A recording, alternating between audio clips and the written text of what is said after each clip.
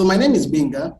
I work with Kucheza Gaming. Kucheza Gaming is an esports company focused on K-12 schools. We are looking at integrating the esports or the gaming industry into our educational system. And if you look at it, we are already in the digital age where the fourth revolution is a digital revolution. And how are we preparing kids or the students we teach for this digital revolution? The games industry plays a major role, or is going to play a major role in the time to come. And if you observe the kids which we teach or who we teach, they are excited about gaming, first of all. So the question is, how do you engage them with that which excites them? So we at Kucheza, we are at the forefront of bringing gaming and the whole ecosystem within the games industry to schools here in Nigeria and Africa at large. So part of what we do is an event called the Mobile Game Jam. The Mobile Game Jam is a game making competition which runs for about 2 to 3 months between December and the end of February. We started last year, December, and the second edition of it is coming up. While after the first edition, we went back to our drawing board to see what were the things we gained or what were the things we learned from.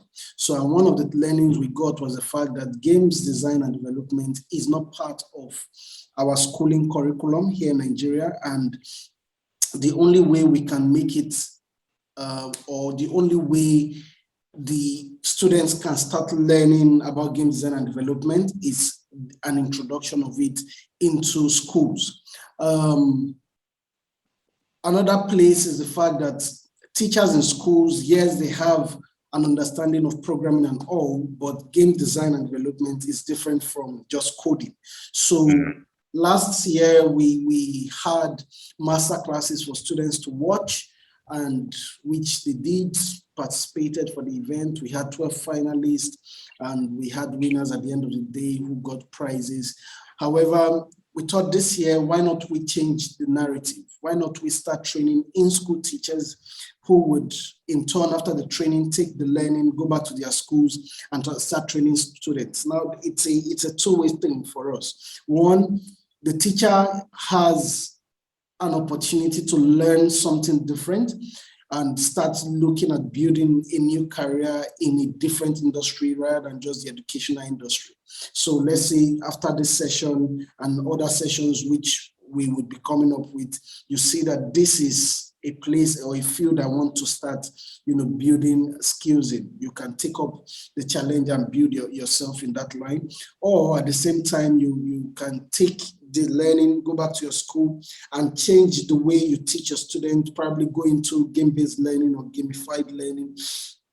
So those are different ways we are thinking about it. So the teacher going back to school to train students gives the students the opportunity to start learning game design and development from a teacher whom they know already and who they are used to, and also gives the teacher the opportunity to start learning something new and different in their field. So for me not to speak so much, I should stop now. I would want to introduce Eitayo. Eitayo is a fantastic young man we met recently at Kucheza, and since meeting him, a lot of things we've been able to, adjust and adapt at Kucheza. Eitayo has been designing games for the last 5 years. Yeah, around 5 years. So I started in school essentially as a kind of just a hobby, and from that I learned a lot of like programming skills, design skills, but when I came to university, I wanted to make it a bit more, professional. So that's why I'm now doing a master's in games programming, to make my skills even more. All right, so that's Eitayo for you in short. So I would allow Eitayo to take it up from here. Tayo, over to you. All right. Awesome. I think you need to unshare your stop screen. sharing now. All right, let me quickly. Can you guys just type in the chat if you can see my screen? Just to make sure. Can you see it, Benga? Yes, I can see your screen. Oh, okay, awesome. Yeah. All right, so the foundation of games. So first of all, what do all of these games have in common that you can see? If you just take a wild guess in chat, maybe. Every single one of these games have something that they all share, even though they're completely different. You can think of anything, honestly. Hi, Taya. Are they free to unmute their mic and speak? Oh yes, you can unmute or type. Okay. Up to you.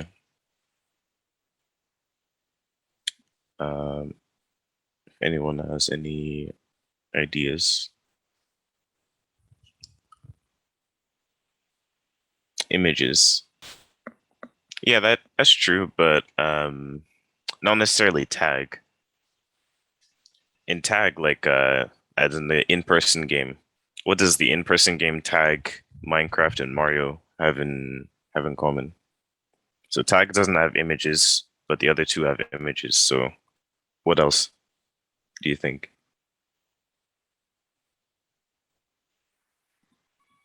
Is the other fun? Or maybe kids play them? Or what do you think? You can also speak if you want, if that makes it a bit easier to explain.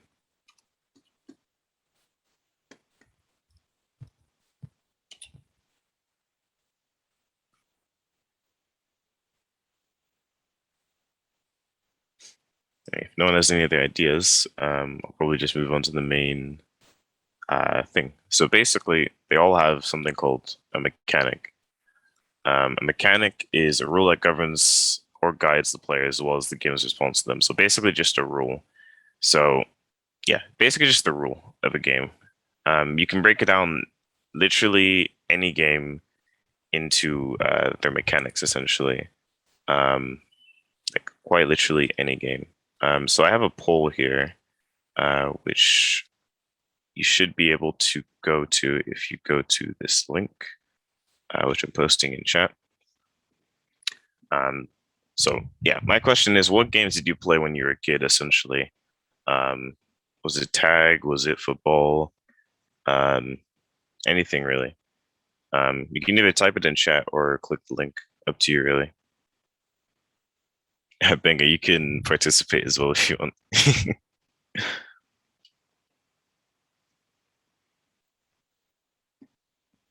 Football, okay.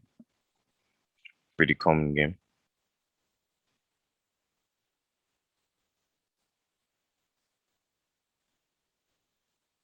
I think hide and seek is one thing that I used to play all the time as a child as well, actually. Any other ideas? All right, guess we're going with football then. So, my question is, what rules do you need to actually play football in the first place? So you probably, I think the first rule is you can only use your foot.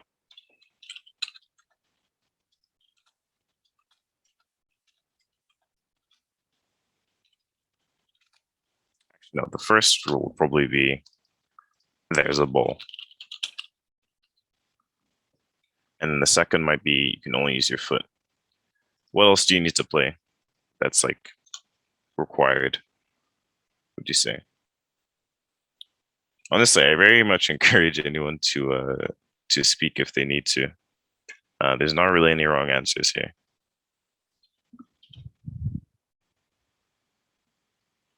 A pitch. Yeah, you need a pitch. What else? There's one fundamental thing missing here. So we have the ball where they're gonna play one rule. So they're just kicking the ball around on the field. There's currently no scoring or anything. What else do we need? Players. Yeah, we need players, but we already have players. A goalpost, okay. Goal. Let me add them to the right here. the goal.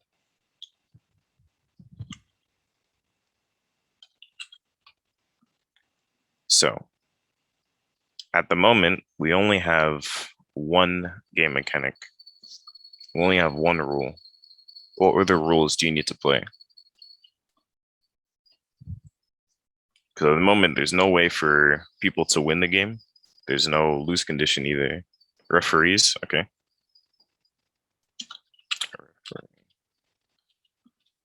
Try to think in terms of rules, not objects in the game.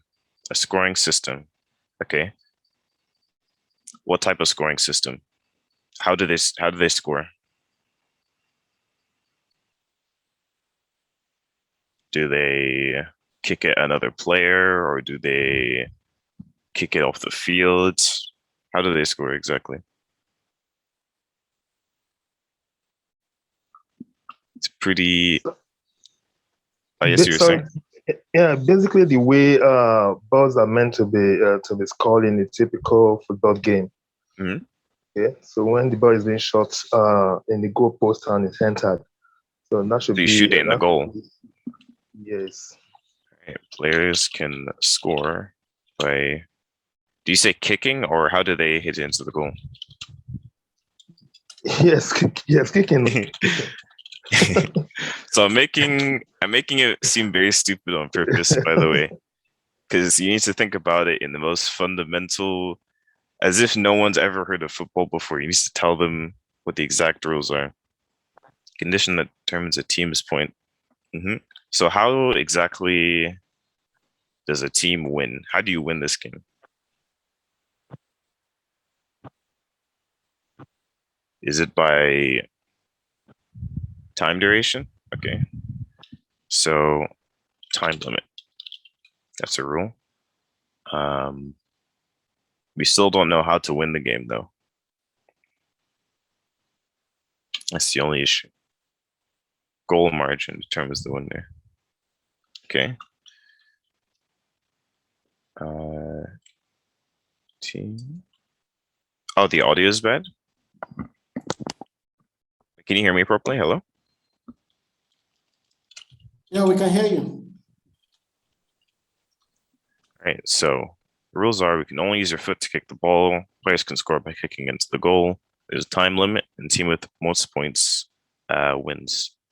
All right, yeah. So those are pretty much the very basic mechanics of football.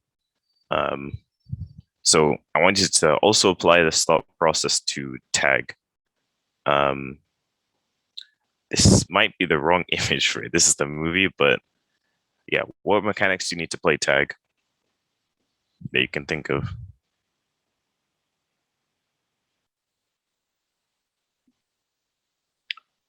What's like the first fundamental thing? You can either type it or say.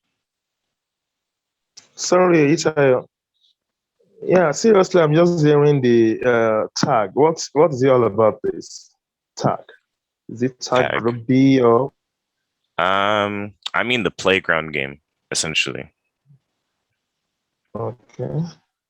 So I think tag for us here in Nigeria should be catcher or something like that. Okay. So what are the rules of catcher? Mr. Gunjuro, you know the game catcher. I think is the one where there is a, let's say, the middleman or the person in the Middleman. Okay. Yeah, and he or she needs to chase somebody, probably take some few steps. The condition of the game might be, say, you take 5 steps to the nearest person and touch the person. And I think that's Okay. But not that familiar with that game anyway. But I think I understand now. When a player touches a point is game. Okay, that is a good rule. Point is gained. All right. So does that mean anyone can touch anyone and they all get points? Or who's the player that is allowed to score points? Also, good morning, Adewi. I don't think I saw you earlier. But yeah, so yeah, can anyone just touch anyone and they gain points, or typing is encouraged if you prefer to answer that way. There should be a specific person set as the tag person. Okay. Someone is, I'll just call them like it. Someone is it. And only they can score. Okay. So how do you win and how do you lose? Is my question. Because at the moment we only have one person who can score, but no one's winning or losing.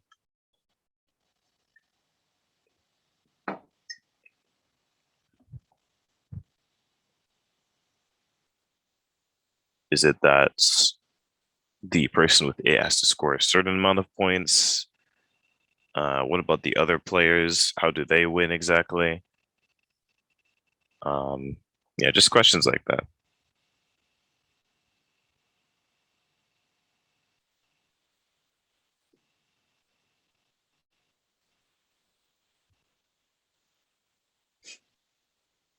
Is it I that? think it depends on the number of, so let's say, for example, if I need to take 5 steps to tag somebody or to catch somebody, and I don't, after my 5 steps, I do not get to the closest person, then I lose and the person gains a point.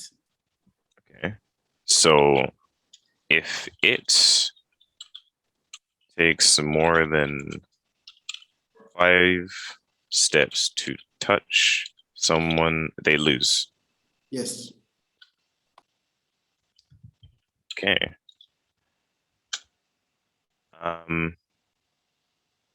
After those 5 steps, are they not allowed to move anymore? I think you start all over again. You start, okay.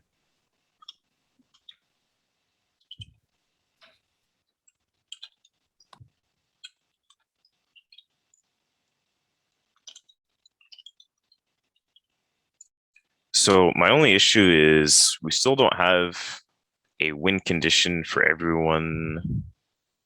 Actually, no, this works okay. This works okay. So when the game restarts, what happens though is the same person it, or do we get a new person? So it could be the same person, it could be a new person. We just need to determine or decide who that is. Okay. A new person is chosen as it. All right, cool. So both of these games can kind of be summarized in terms of game mechanics, just like in real games, essentially. Let me just go back to presentation mode. We already covered football, but my question is, if we change certain aspects of football, like maybe all the players are cars, all the cars have jetpacks, and the game is only 10 minutes. That sounds like a very strange concept, but it's actually can actually make some very interesting game ideas.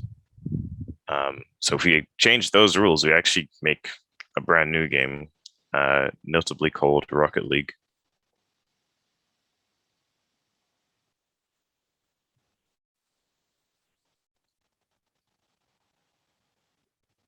Can you hear the audio fine? There's no audio on it. No audio. No No audio. audio. Okay, okay. I'll just play the trailer, but I'll also just send the link in chat. One moment.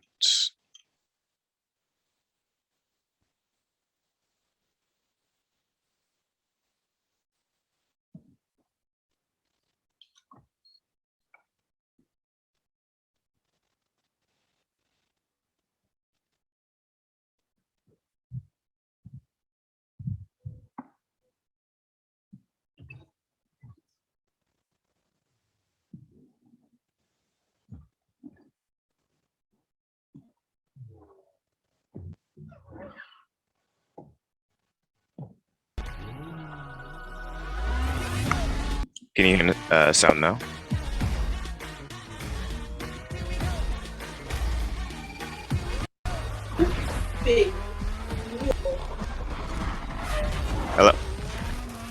Hello, Bosse. How are you? Hi, Zion. Good. Awesome.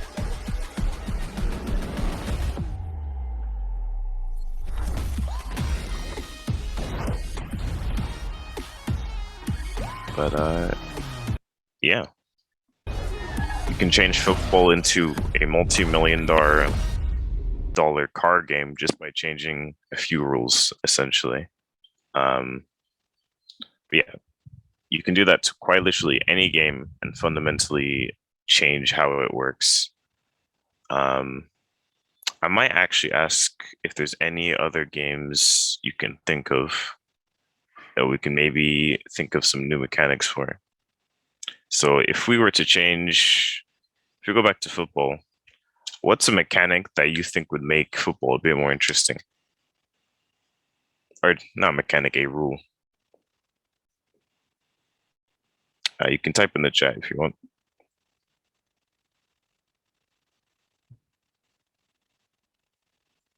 Or unmutes, up to you, really.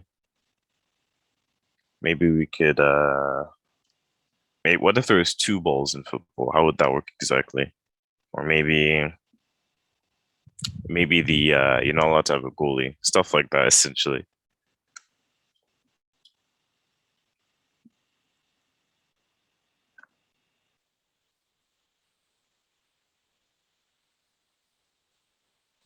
Guess no one has any ideas then. Okay, I think in that case, 2 goalkeepers. Okay. 2 goalkeepers. Hmm.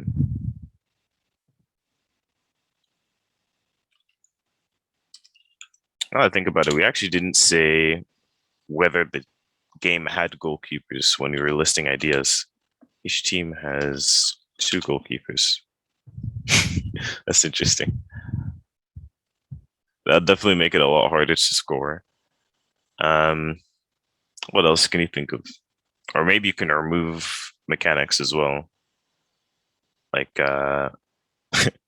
what if we take the most fundamental aspect and make it so you actually can't, you have to use your hands instead?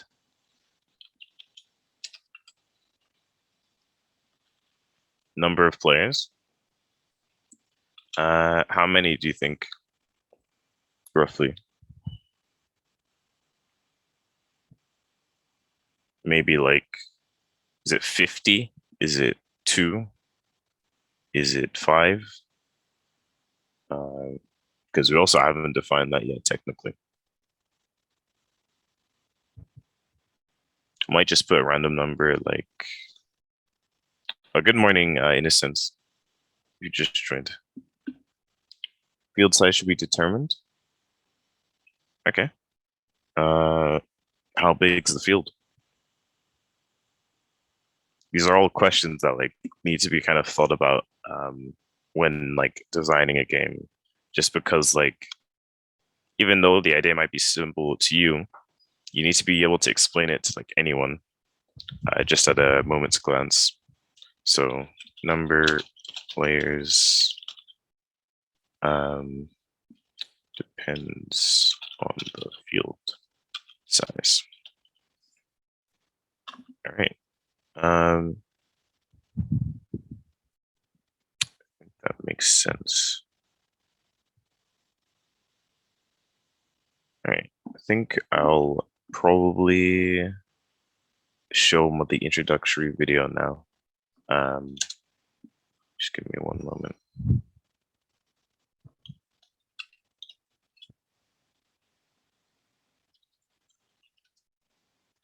But in summary,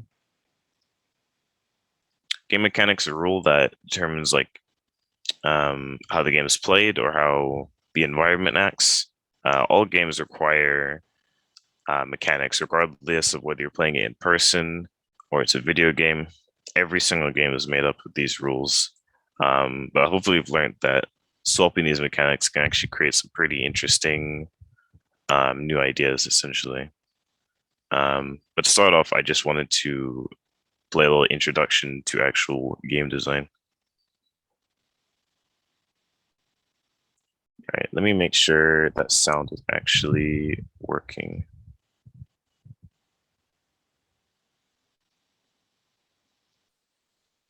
Can you hear?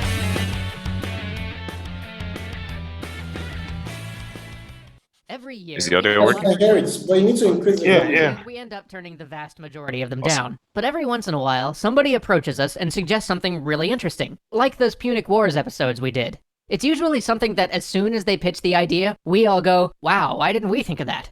Well, recently, the folks at Unity asked us to do a series on creating your first game. Frankly, I'm actually shocked we haven't addressed that before now, so time to fix that. The truth is, I have run into too many people who at some point decided they wanted to make games, and they picked up an engine, and they started diving in, and they quit before they ever finished their first game because the experience was just frustrating. It seemed like it was going nowhere. And I don't know if we can help, but this team has quite a lot of collective game-making experience, so hopefully some of our advice here will help you avoid the common pitfalls. The first thing you're gonna want to be careful about is scope. Many people pick up a game engine dreaming of making the types of games they play. Unfortunately, this often just is not possible. Games like God of War or Final Fantasy are made by teams of at least 40 people, sometimes way more than 40 people, over the course of several years. Even if you're just amazing and you throw your whole life into creating your game, you're not gonna make a God of War or a Final Fantasy. Not even close, and especially not on your first attempt. Truth is, you're not even going to create something like Super Mario Bros. As your first game. You may create like 1 level's worth of Super Mario Bros., but even that's kind of pushing it. Your goal with your first game should be to get something built that you can actually play, even in the most rudimentary fashion, as soon as possible. Think of your first game as a learning exercise, not your masterwork. If you start with a huge project, you'll find that you don't even know where to begin, and you'll get bogged down doing little bits and pieces that have no tangible result, and it'll seem like you're not making any progress at all, and you'll hit roadblocks that you don't know how to overcome, simply to be left flailing for what to even work on next. Trust me, keep it simple. If your first attempt at making a game turns out to be a one-room platformer with bad collision that you took 3 weeks to build, be proud of that because you built it. You actually got it done. You made a game. That's more than most people ever manage. So play it and show it to your friends. And don't worry when they don't understand it or are critical because they're still thinking in terms of the big budget games they're used to playing. You know how much work went into making that game, and more importantly, you know that next time you'll be able to do it even better and faster. Soon, you'll be building games that people are asking you to let them play. Second thing to keep in mind, and I know this is going to sound weird, but don't go into your first game with a specific idea. Learn what you can do and design around that. Don't lock yourself into an idea and beat your head against it for weeks or months. Instead, learn a few tricks, watch a few tutorials, then start working towards something you're pretty sure you can build. It's okay if there are still a few parts of it you have no idea how to even start to do, but make sure it's only a few parts when you're breaking your project down and planning things out. Which, of course, brings us to tutorials. Any major engine has tons of people who happily make tutorials about pretty much everything. Go find them, watch them, study them. Then, if you're stuck or if you can't find an answer to your question, just ask. You'd be shocked at how many people are happy to help you through things if you just post on a forum or throw your thoughts onto the message boards. And don't be afraid of coding. Lots of people say they can't code, but if you design your game right, you would be shocked at how little coding you actually have to do to get something done. It's a small enough amount that any of you out there watching this right now can handle it. Again, just start small, keep it simple. You'll learn as you go, and here especially there are plenty of sites out there that'll help get you started. Stack Exchange is a fantastic place to look if you have questions. Which leads us nicely into one of the big ones. Design your game around your skills. Part of understanding your scope is understanding your resources, and in this case, you are your resources. Are you a great artist, but you've never coded in your life? In that case, have your game lean on your art skills while pushing you just enough on the code side that you learn some new things. Are you somebody who can't draw or model or animate? That's alright. There are plenty of games out there that get away with what you'd call minimal graphics. Accept that and embrace it as part of your design. Constraints force us to be creative. And if there's something you really just have to have, if there's some coding task or some piece of art that your game just can't live without, but you just don't have the chops to do it yourself, go to the asset store. There is an amazing amount of stuff that you can get there for next to nothing. James just talked to a professional studio that picked up their entire voice chat code from the asset store for less than it would have cost them all to go to the movies. James really wishes he had this sort of thing when he started out working in games, so take advantage of it. Finally, don't give up. There is a lot of life that's gonna get in the way. Most people start out doing this between juggling a job or a full school schedule, and it's very, very easy to let days and then weeks pass before you get back to working on your game. It's gonna be a struggle at first, no question. I wish I had more comforting words for you, but all I can say is that most things worth doing are a struggle, and if you stick with it, maybe one day you'll have the option to make games instead of having to do all that other stuff. But that's it for the basics. I know that was all broad, basic stuff that most of you probably already knew, but I think it's important to start there, because when you're deep in the process of making a game, it's often that really high-level, basic stuff that people forget. But join us next episode for more of the practical nuts and bolts of making your first game. See you next week!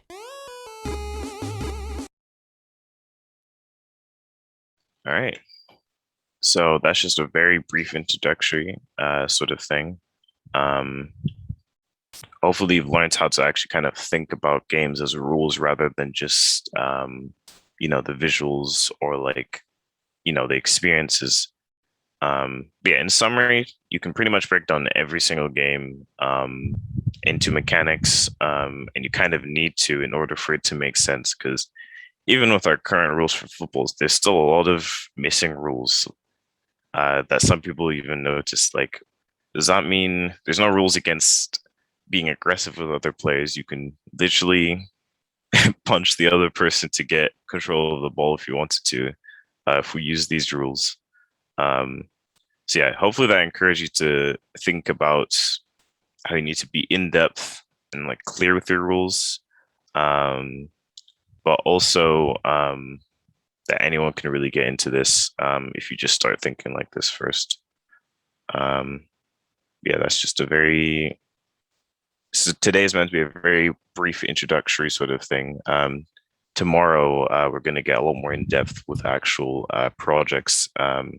So I'm going to be showing you some Unity, which is a game engine essentially, and I'm going to be showing you an example of a prototype essentially, and how to bring these mechanics into an actual game space essentially. But yeah, that should be it, I think. Is Benga still in the call? Yes, I am. Thank you very much, Atayo.